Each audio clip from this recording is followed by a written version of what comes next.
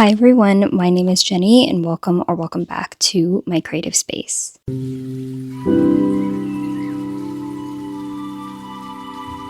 I feel like it's been a long time since I've done like a weekly vlog and a chatty catch up with you, so I thought this week would be perfect to kind of catch up and hang out with you.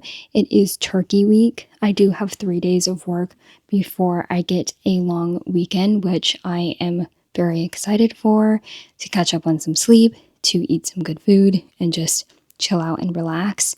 So this week's plans aren't too intense. I think, about 50% through Strength of the Few. So I think later tonight I can update you on my thoughts on that book that are not spoilery.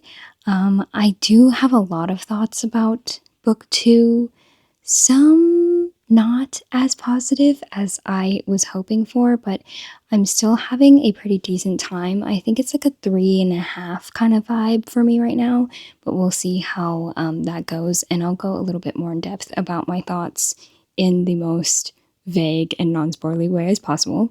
And then the other book that I have in mind for this week is Futility. I forgot the name of the author, but I believe Kayla from Books and Lala is doing that book for the last Literally Dead like book club of the year, and some of my favorite booktubers are going to be co-hosting that, so I wanted to read it. And then also I think it's like a horror book about consumption, and I really like that thematic in horror, so I thought that I'd go ahead and pick it up and give it a read. I feel like since I've come back from vacation, I've not like really deep cleaned my house the way I want to, especially with like my laundry and my clothes and everything. I just have piles of clean clothes in the hamper, and I'm like, this is really annoying me. But then when I clock out of work, I feel too lazy to get that done and put everything away. I'm just like at that stage where I just feel like I want to throw everything out. Not like literally, but like when you just feel like overwhelmed with your things and you're like, why do I have so much stuff? But I guess it is a blessing to have that feeling, to have things and feel burdened by your things. Anyway, that is the intro for this vlog. Hopefully, this week some interesting things go on, and I will update you on Strength of the Few later tonight when I get some more pages read. Okay, so I'm here to update you on the Strength of the Few. I'm about a little bit over 50% into the book, and so I thought that I can share my thoughts and opinions with you. But before I do that, let me introduce the basic concept of the Will of the Many. So in book one, we follow our main character Vis, who at the very beginning of the book gets adopted by a high-ranking official of the hierarchy, which is like basically the leadership of the Katenin Republic, and he basically adopts Vis and trains him for a short period of time so that he can be accepted into the hierarchy's high-ranking academy, and he can investigate some things that his adopted father Alkiskor thinks is going on there. He thinks that there's some nefarious activity, and because he's like this older guy, he's not like allowed in the academy, so he adopts this kid who is of age to be in the academy. And so we follow this as he's uncovering mysteries within this very academic setting. And I know that there are people who had complaints about book one being kind of misgenred, that they believe that it should be YA. And on my reread of The Will of the Many, I can definitely see why people are saying that it should be YA. I'm not an expert in genre, and I have no idea how the publishing like sphere in general labels books and how they put out genre. So yeah, not sure what was going on there. I know that there was a big discussion online about that. I'm not really going to add my 2 cents into that topic, but I think another complaint about Will of the Many for people who maybe didn't like it as much is that they felt that our main character Vis, a lot of things came to him too easily.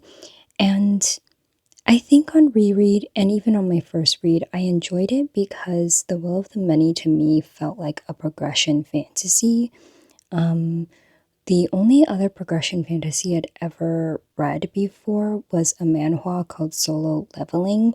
And because I had read Solo Leveling so much closer to when I read The Will of the Many at the beginning, I don't think that easy progression that this went through necessarily bothered me because I was like, oh, like some of these sort of easy flow in plot made me feel like how I felt with Solo Leveling, where I was like, okay, this is just something that needs to happen in order for us to progress through the plot. And I was like, I'm not necessarily bothered by that. But with The Will of the Many, I gave that 4 stars. And then on my reread, I kept the 4-star rating. With The Strength of the Few, when I first introed this vlog, I did talk about being iffy on my feelings about it. But I think at 50%, my enjoyment is growing more. I don't think this is a bad book per se. I think, in the most vague way I can say this without spoiling anything, book one ends in a way that really widens our scope and our plot point to what Vis's main goal was. I think in book one, we had a very simple goal, and again, with that progression fantasy style that I felt it had, there was some predictability to everything that was going on. And I don't think predictability is necessarily bad, but I think because in the ending of book one, James Islington really opens up the scope of our world. And so in book two, because of that wider lens we are getting, I feel like there's a lot of new plot points that I'm just unsure of. And because there's these new plot points, I'm wondering how James Islington is going to bring it all together. And because of those new plot points, obviously, we are introduced to new characters and just having this figure those things out.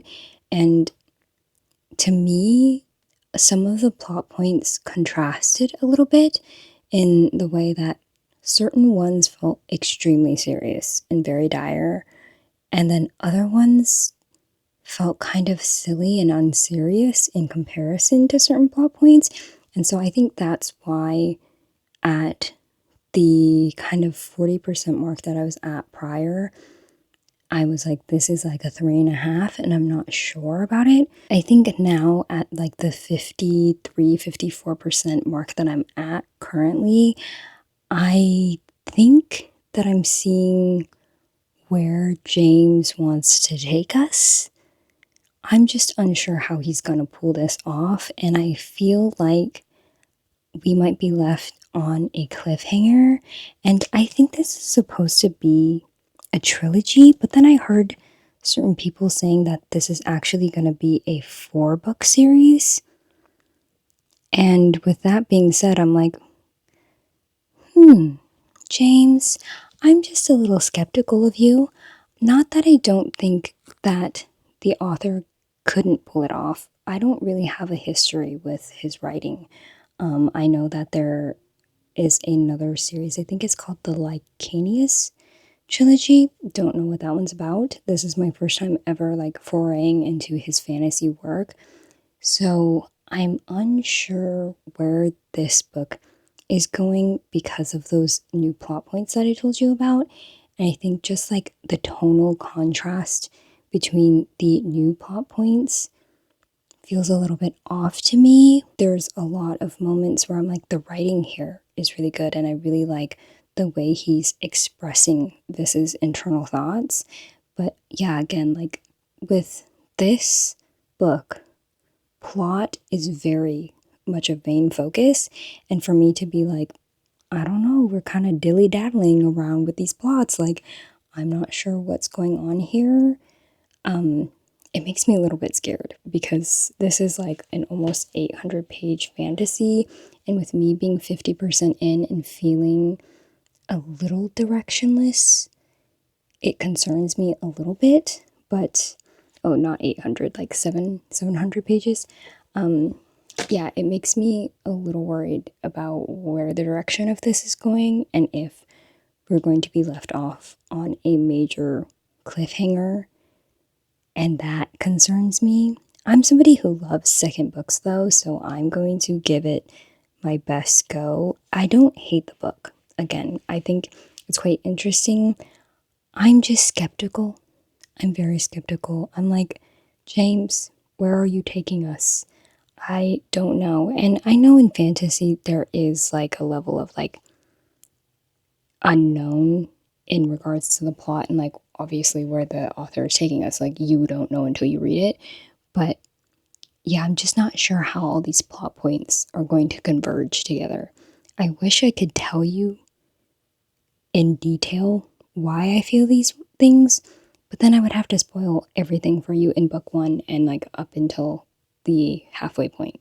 Good evening, everyone. I'm here to update you on my reading for today. I know that yesterday I said that I was going to be reading Futility by Nuzo Ono, and this morning I was trying to get the audiobook because I wanted to read this via audio. I was having a difficult time finding it at my library, and I was having a hard time just finding a sample in general. But then I finally found the sample on Audible. The sample was incredibly questionable in content, and I will get to it after I tell you the concept of this book. So, this one we follow like an older woman who owns this restaurant that's very infamous. Everybody says that her food is amazing. She's well renowned for her food, but all of the male clientele who go to her restaurant seem to be enamored by her beauty, and it seems that there's something a little bit off about our main character. And then I think it follows a different woman's perspective. She's in her 50s and she has a young Nigerian boyfriend, and the night they go to this other woman's restaurant, and I guess the experience there kind of creates this environment of jealousy. I'm obviously not sure. This is what I'm reading off the synopsis. And what the synopsis says is that it is crackling with wit. This is a blood soaked, expletive laden, vengeance filled horror story. This is bloody, deadly fun from a writer at the top of her game. Let's backtrack to expletive laden. So I don't know if I don't know if Libro also did. I'm pretty sure Libro also does this. But when you sample an audiobook for some reason on Audible and on Libro, they just throw you anywhere into the audio. I like listening to audio samples via my library on the Libby app because they always start you at the very beginning of the story. So you get title introduction, you get to read like the glossary. Sometimes that kind of sucks when it's like the first half of the book or like the first 5 minutes of the book is just introduction stuff, but you get a feeling of the story better instead of an audible sample. They literally throw you in the middle, and I've had this happen before. I think I was sampling like a Fanro audio, and they dropped me dead in the middle of a sexually explicit scene, and I was like, oh my gosh, I don't know these people. What's going on?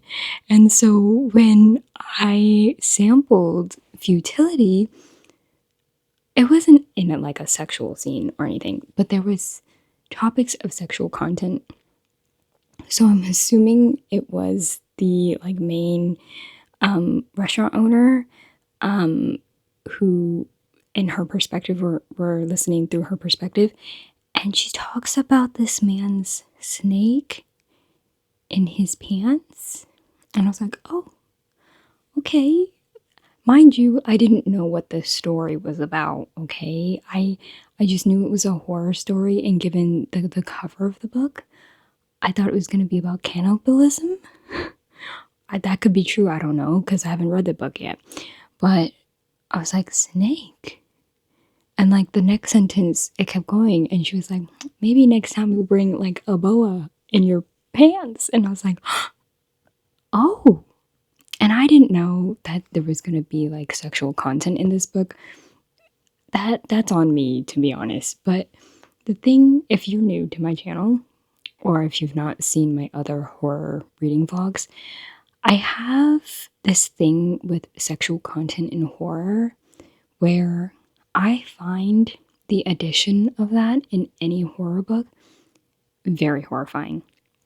Like, I'm always at the edge of my seat because I feel like the best way to explain it is that when you are in a sexual scene, there inherently is this level of vulnerability that the character is placed into, and it just feels like an unsafe spot to be when you're in a horror book because I don't trust the author to be like, oh, this is just a scene between a couple. I always have the anxiety and the fear that that's when the author is going to be like, let's put the most unhinged horror possible in this moment. And I can think of an example, and I think this one is an extreme horror. The horror from, who's it? I can't remember the author name, but from The Horror, I'll put it on the screen for you. There is a sexual scene in there that I was like, oh my god, what the hell? Like, it was just a lot. It was so extreme. It was very horrifying. Like, that's an extreme example. But for this one, because she was talking about that man snake, I'm like, what's the author? How far are we going to take this? And so, since I couldn't find it on my local library, I'm going to end up kind of putting it on hold. And I think I'm going to actually watch Kayla's live discussion about the book just to see if she or any of the co-hosts talk about how deeply like this sexual content gets, and then maybe it's like something that I can handle. Sometimes in horror, the like when they talk about like sexual organs or something, it's very clinical, and then that's fine for me.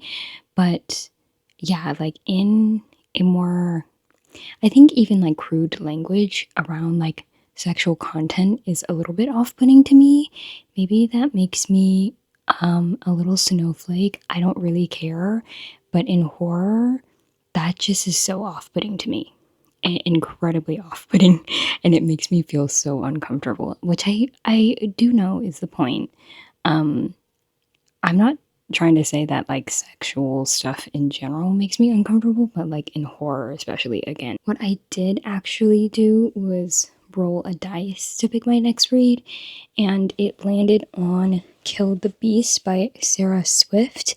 I did read 2 chapters of this, and obviously I'm at like the very, very start of it, but the basic premise of this is that we're following Liza, who is a monster hunter, and she kind of gets into this profession because when she was younger, her brother actually was killed by this monster called the Beast that was made by fairies, and she gets into this line of work kind of on a vengeance mission, and she's been killing all of these monsters and being hired to be a person who takes out like monsters who are plaguing villages and things, and she's become this notorious person called the Butcher. But the thing is like throughout her whole career, she has not found the specific monster, the beast that she's looking for. And in 2 chapters that I've read, it's quite interesting so far. Like, obviously, it's all set up, and we're getting kind of placed into the internal workings of our main character, Liza. There is a secondary character that we're gonna meet that I have yet to meet. But the reason why I picked this book up to begin with is because the like kind of comp title to this was The Witcher and Howl's Moving Castle. I've not really consumed that much content in regards to The Witcher, but Howl's Moving Castle is one of my favorite Studio Ghibli titles, so I was completely sold on that. I'm assuming the Howl's Moving Castle kind of comp is from the sort of found family that synopsis kind of talks about, and then the secondary character who we're going to meet is like this pretty boy noble guy, and I'm assuming that he's the Howl character in this all.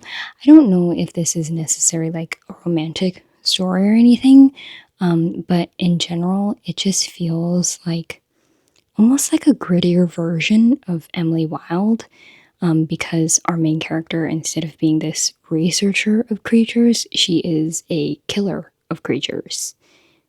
And I think her being gruff and tough is a very fun thing to follow because she has this notorious title within the world that she lives in. And I think that's such a cool kind of character to follow. And get this, the audiobook is narrated by Maura Cork, and she is the audio narrator for Blood Over Brighthaven that I read earlier this year and really enjoyed her narration style. So I think we're going to be in for a really good ride in this. On Thursday, I'm making a Vietnamese coffee tiramisu, and so I need to prep that the day before, so hopefully I get to clock out of work early and then I will just start on the tiramisu and I will show you b-roll of me making that. If you want like a full in-depth of the recipe, I did post a cook with me where I did a hojicha tiramisu. It's basically all the same, except instead of hojicha, I'm doing Vietnamese coffee. So yeah, that's it. That's all I have to tell you, and I'll see you tomorrow.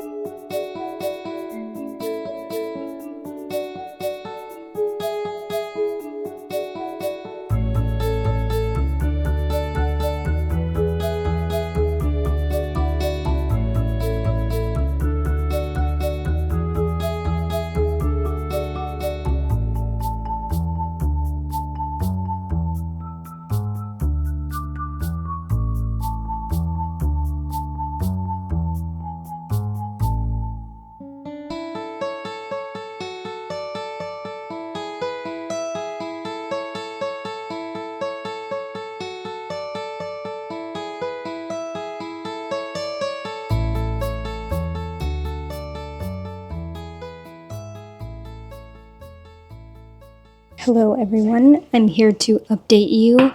I completed my tiramisu. Usually the last time I did it, I felt like there was some condensation that came up with the lid when I put it in. So this time around, I'm putting a paper towel in between the actual tiramisu and the lid to kind of combat that condensation that'll happen. So I'm gonna go ahead and put this in the fridge.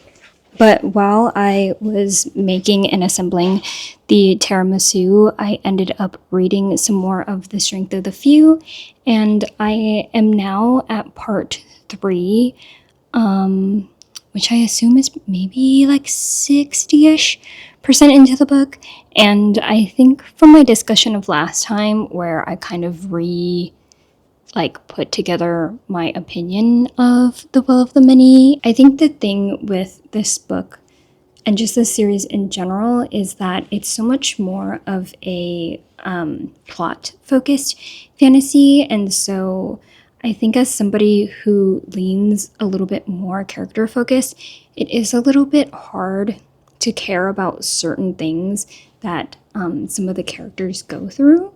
Not that I think James Islington does a poor job at his character work. I think just sometimes there are character plot points that don't fully carry through the way that I expect it to, because there are moments in the book where James will really build out a side plot and a side character, and I'm like, I am really invested in this, and I'm invested in the character dynamic here, but that character dynamic that he builds out really well ends up not being maybe the most important part of the entire book. But yeah, that's my update for now. Good morning, everyone. Today is Thanksgiving Day, and I have some light cleaning to do and some prep work, so I think I will have an ample opportunity to listen to my audiobook. I am 75% into Strength of the Few, and I think I could finish it today, to be honest. I am having a lot of fun with the plot, and as my prior clip said, I still have a little bit issues with the character work, and I think it's just because James in the book itself has shown that he is really good at building out character plot points and character growth, but then there's just certain kind of main character relationships that I feel like fall a little flat, and I wish that he did a more well-rounded job in building out all the relationships that Viss has versus certain ones are stronger than others. But yeah, I think that's my biggest complaint. And as a person who is slightly more character focused than plot focused in fantasy, I do want to care about my characters. And especially given this book, there are some really heavy hitting plot points. And I think with Viss specifically, he grazes over some of the very important plot points and how that could affect Viss emotionally. And I think it just feels a little bit off-putting to be like, oh, well, he's just going to move on and continue dilly-daddling and doing all these things that need to progress the plot, but he doesn't have time to sit with his emotions and sit with the confusion and the struggle that he's going through.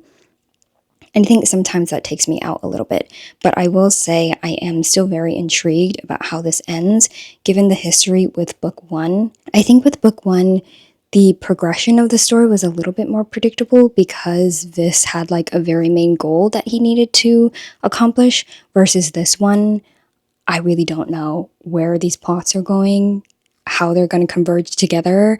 I'm really interested in how this world is going to be built out. I did want to do a little mini haul for you before I start doing my prep work and stuff. This isn't all in one go. This is a haul that has been cumulative. First thing I want to show you is my pre-order that came in yesterday, which is Fallen Stars by Imani Iru. I got the Barnes exclusive, so it has the sprayed edges. Personally, on paperback, I'm not a sprayed edge fan. It just feels kind of strange to have these green pages, but it has beautiful end pages and this beautiful art piece that isn't necessarily a spoiler, so let me see if I can show you. There you go. Very terrible framing, but I have one hand to show you, so there is that, and then I'm gonna take off this Barnes sticker. I'm gonna use that hair dryer method thing to get it off so it doesn't have any tackiness left on the cover. And then the next book I got was the Book of Azro by Amber V. Nicole. This one is a book that I started at the beginning of the year on my e-reader, and I paused because I think Amber had shared news of her series becoming a trad published, and I've seen many indie authors go from indie to trad, and then the series just is on indefinite pause. And that can be really frustrating as a reader, especially when Fanro, I think, has amazing plot points at points where they leave you on cliffhangers, and I didn't want to read this series and be left on a cliffhanger. But thankfully, Amber V. Nicole, the fourth book and final book in this series, came out, I think, last week, 2 weeks ago, somewhere around in November, the fourth book came out. So I decided to get the Trad Pub paperback. This is something that I'm going to be slow reading. It is a chunky fantasy, but I really enjoyed the character work in this.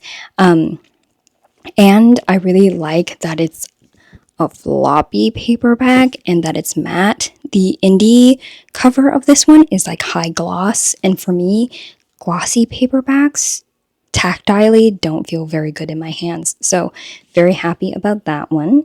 And the next book I got is This Monster of Mine by Shalini Abisikara. I might have pronounced that wrong. I apologize.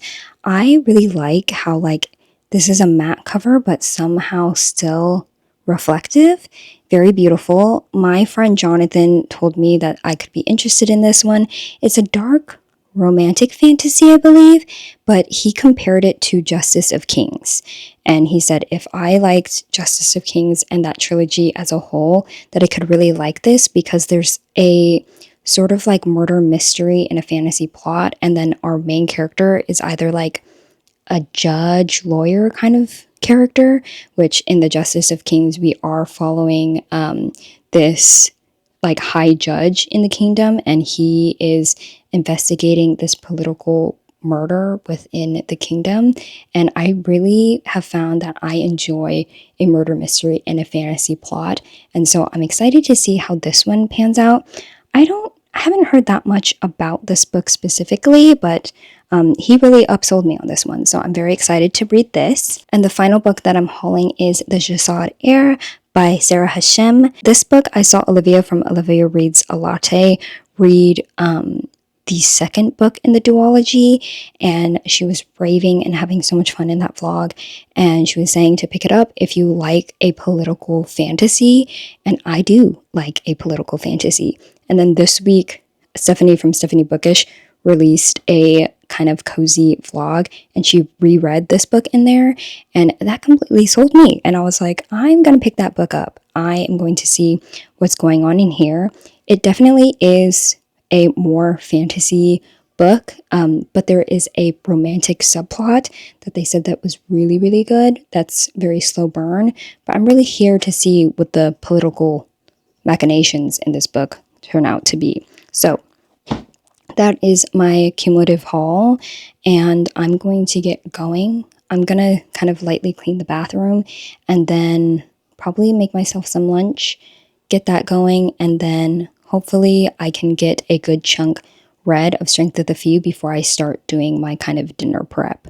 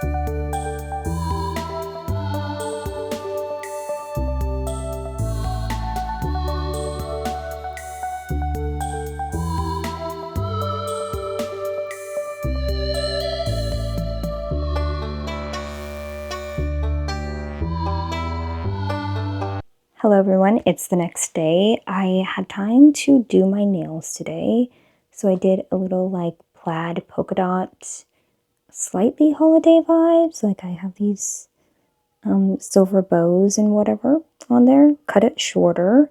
But yeah, I was planning to read some more of Kill the Beast today while I was doing my nails. Unfortunately, my Libby app for some reason was having issues with playing the audiobook, and I like restarted my systems and everything, and just the allotted time period that I was doing my nails, there was just no access to the audiobook. So I did not make any further progress from when I first talked about Kill the Beast, I think maybe like a day or two ago, but that is going to be a book that I continue reading for the next coming week.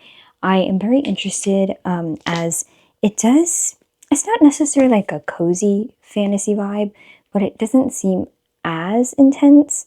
The kind of conversations that are being had in here definitely feel heavier because our main character, Liza, is a monster hunter, but the reason why she became a monster hunter is because she lost her brother in an attack. So the content could be a little bit heavier. I'm not expecting it to be intensely heavy, but it's not, I wouldn't call this like a cozy fantasy because, you know, we are following a main character who kills monsters, and her like nickname in the kingdom is the Butcher. So I'm not labeling that as cozy fantasy, but that's what I'm going to end up reading for the coming week. And then yesterday, I did finish and complete The Strength of the Few. I had rearranged my entire bookshelf, and I guess after this little check-in, I'll take you off the stand and show you just how I rearranged some things. But I completed this yesterday, tried to film an update, but I think because I was so fresh off of completing the book, I did not have my thoughts in order, and also trying to be vague about it and not spoil this and also The Will of the Many is a little bit difficult when you are off like a finishing a series, finishing a fantasy book, and it has a slight like twist ending to it. But I talked to some of my friends about this today, and I'm really glad that I'm not the only one who felt frustrated in regards to what to me felt like a lack of character work in this. It just felt like in this book, our main character Vis, in certain areas of his life, felt like the motivation wasn't all that clear to the reader. And so it really was interesting getting to see him work through certain things and being like, but what is his motivation for doing these specific things in the world right now? And yeah, I feel like James Islington in book one, Vis's motivation and his goals felt very clear to the audience, and there are very many moments where Vis himself kind of has inward contemplation of what his goals are and why he's doing the things that he's doing. And I think in this book, this is lacking that motivation or even lacking understanding of why he's doing things. He's kind of just maybe going with the flow a little bit too much, or, and I don't even know if it's necessarily him going with the flow too much, but it's just like there's no internalization of things that are going on. Not that it's completely void of that the entire book, but there are bigger moments where I'm like, this, like, what's going on here, buddy? Like, let's chat this out. Let's figure out what we're doing, why we're doing these things. And he's just like, I'm just gonna keep going. So there was moments of frustration there. And I think there are moments where I felt like, James, what are we doing here, babe? Like, there are moments that just feel kind of implausible to the world. Again, I will say without spoiling anything that I think keeping the point of view of a progression fantasy makes me understand some of James' choices a little bit better, but it still doesn't make it like as fun. If And the thing is I only know progression fantasy via like anime, like Solo Leveling, and I think My Hero Academia is a bit of a progression fantasy as well. It just doesn't feel as intensely so because we get to have more plots from other of our main cast versus in Solo Leveling we're only following that one man, and then like he kind of progresses through dungeons and stuff, and this feels like that one guy in Solo Leveling, and you just like follow him as he progresses through the world, which is like fun and fine. Like there's no issue with that, but I think because of that pace and that forward movement, we don't get to see enough of this and his internal work and just how his relationship with other people naturally progresses. And I think there's a lot of amazing side characters that I think James could utilize a little bit better with Vis's story. And there are moments where we do get that, pockets of that, and then there are other moments where it's like, James is like, okay, never mind, let's move forward. And it's kind of like, wait, I was really enjoying what you were laying down and what you were building there, but now we just got to go to the next thing. And then also, to all my people who have read Strength of the Few, and the people who read chapter 71, I think James probably heard me complaining about this book, you know, in all the clips that I filmed before this, and was like, you know what? I'm going to make a personal attack on this reader specifically, and I'm going to do this in this chapter, and it's definitely going to piss her off. I was very upset with chapter 71. Not that it was like a bad chapter per se at all, but like there's just something in the plot that happens in chapter 71. I'm like, James, why the hell are you doing this? Like, oh my gosh. Yeah, I don't want to talk about it. I can't talk about it because it's a spoiler. But to all my people who read chapter 71, I'm still thinking about that chapter and I'm still very upset about it.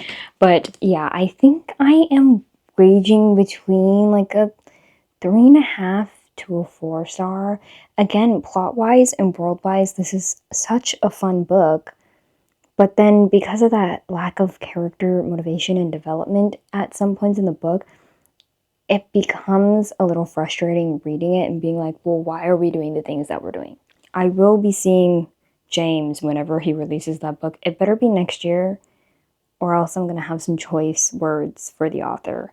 But yeah, there is Strength of the Few done.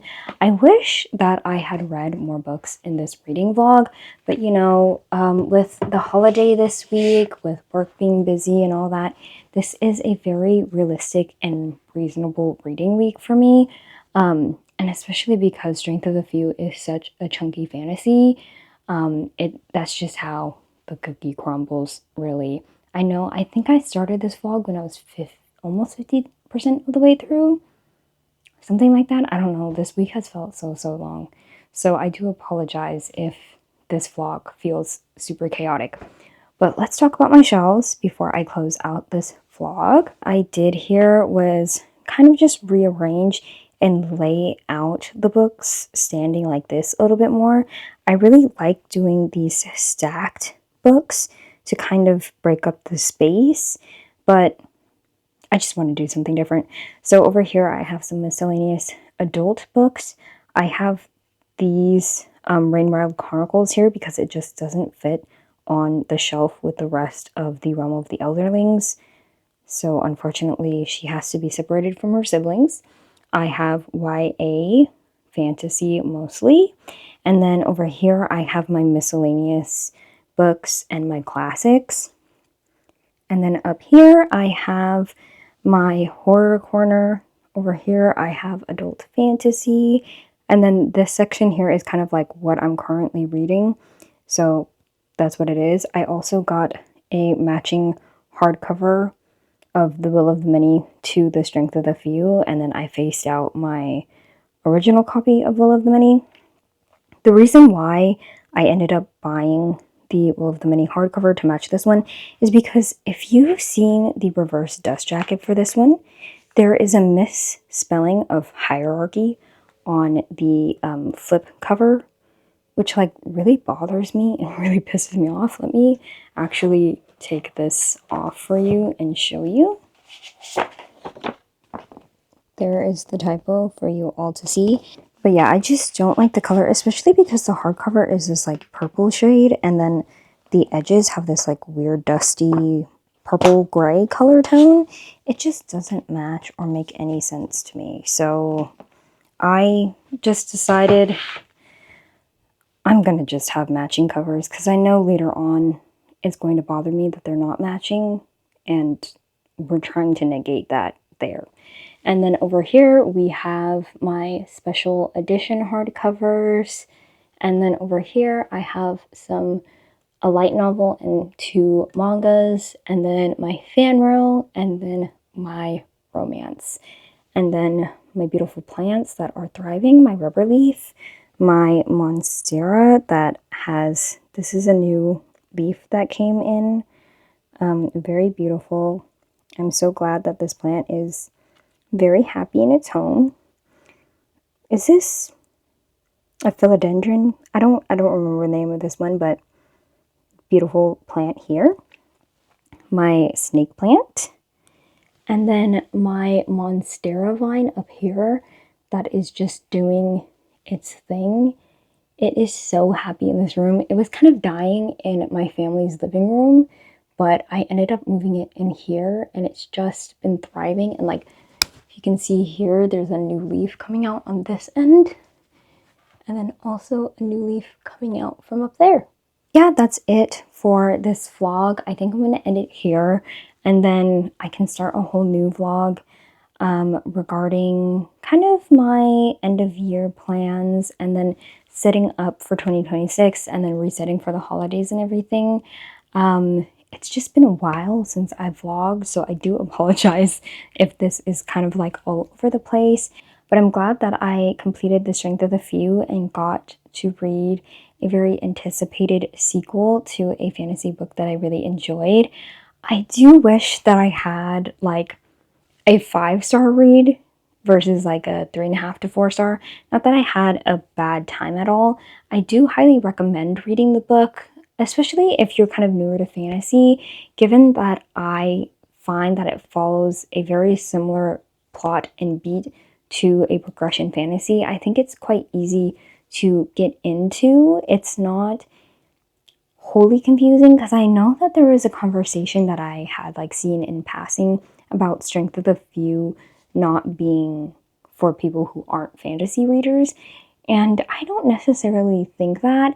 I can't say specifically what the structure of book 2 is like because I don't want to spoil anything, but I don't think there's anything that's necessarily confusing about the writing style in Strength of the Few.